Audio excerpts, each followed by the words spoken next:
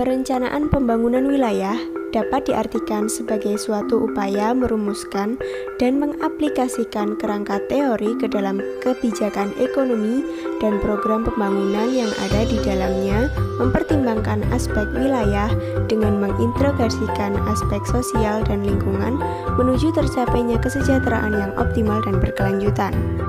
Pembangunan kawasan pedesaan berorientasi potensi perlu dilakukan agar desa memiliki daya tarik tinggi yang mampu bersaing dengan daerah perkotaan.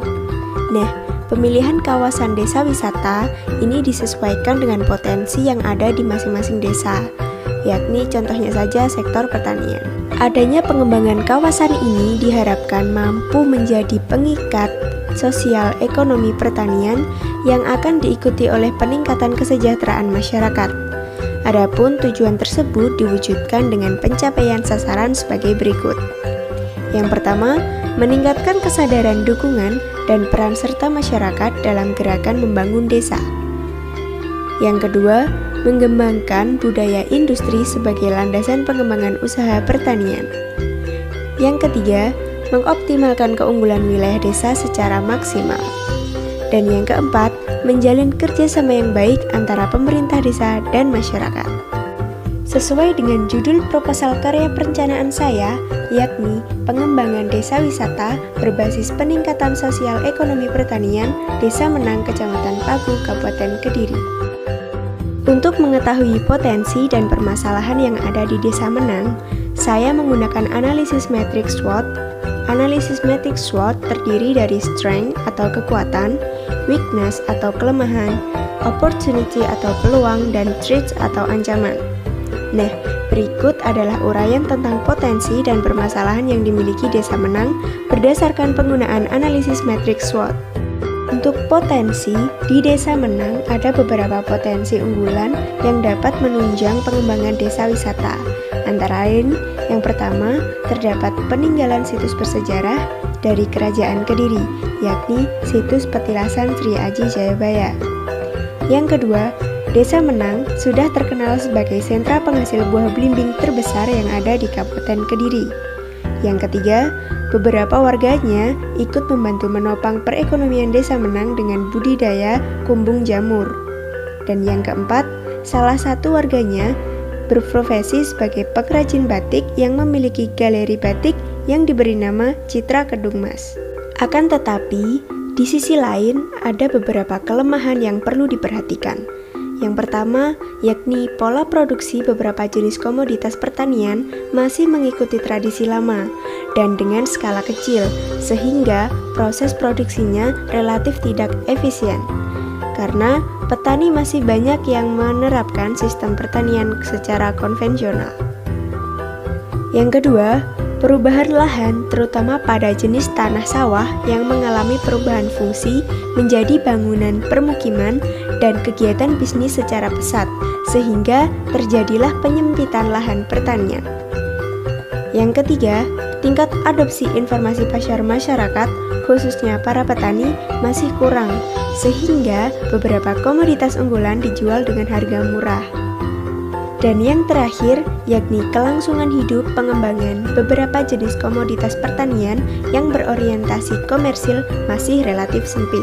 Setelah kita mengetahui potensi dan kelemahan yang ada di Desa Menang, selanjutnya kita akan membahas tentang karya perencanaan pembangunan wilayah.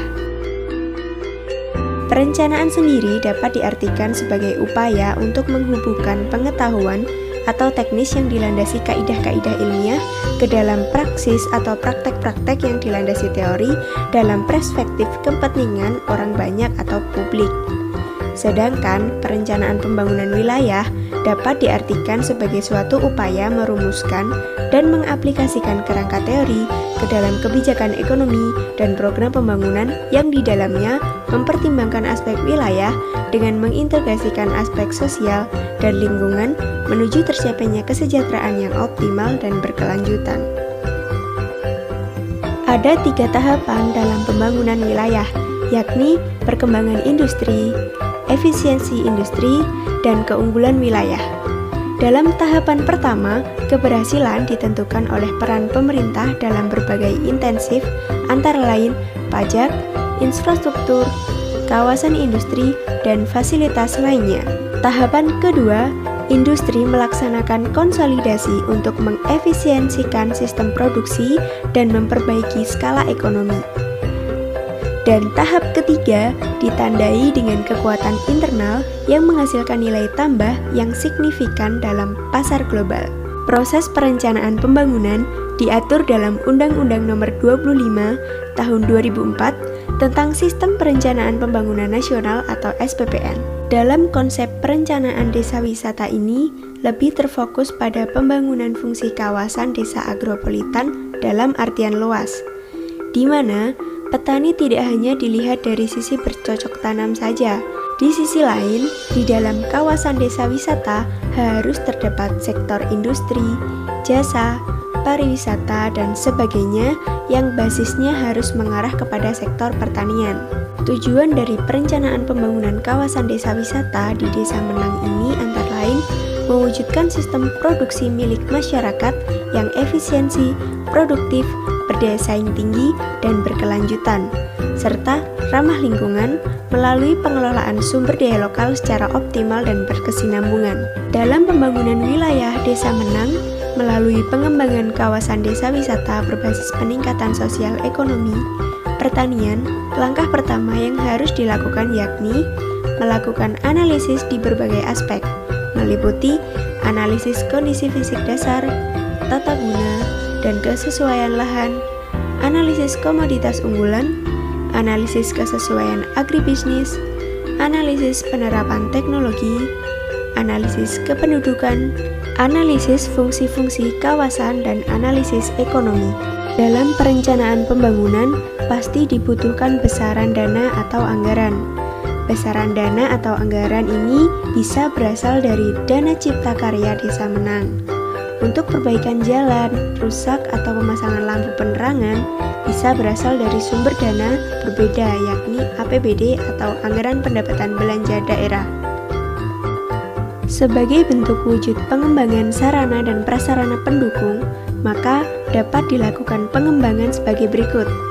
Yang pertama, pembangunan lapak UMKM di kawasan wisata sejarah di sekitar Petilasan Sri Aji Jayabaya. Yang kedua, perbaikan akses jalan menuju destinasi wisata yang ada di Desa Menang. Yang ketiga, penerangan jalan di kawasan desa wisata dan Petilasan Sri Aji Jayabaya. Yang keempat, pembangunan saluran irigasi di sekitar kebun belimbing.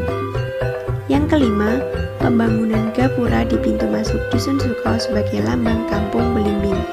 Untuk kawasan sentralnya berada di Kampung Belimbing, karena belimbing merupakan salah satu potensi pertanian unggulan di Desa Menang. Ini bisa dilihat dari banyaknya usaha masyarakat dalam hal budidaya buah belimbing. Hampir setiap perkarangan rumah warga ada tanaman belimbing. Melalui potensi unggulan inilah dapat diciptakan sebuah kawasan sentral, yakni suatu kawasan desa wisata Kampung Belimbing.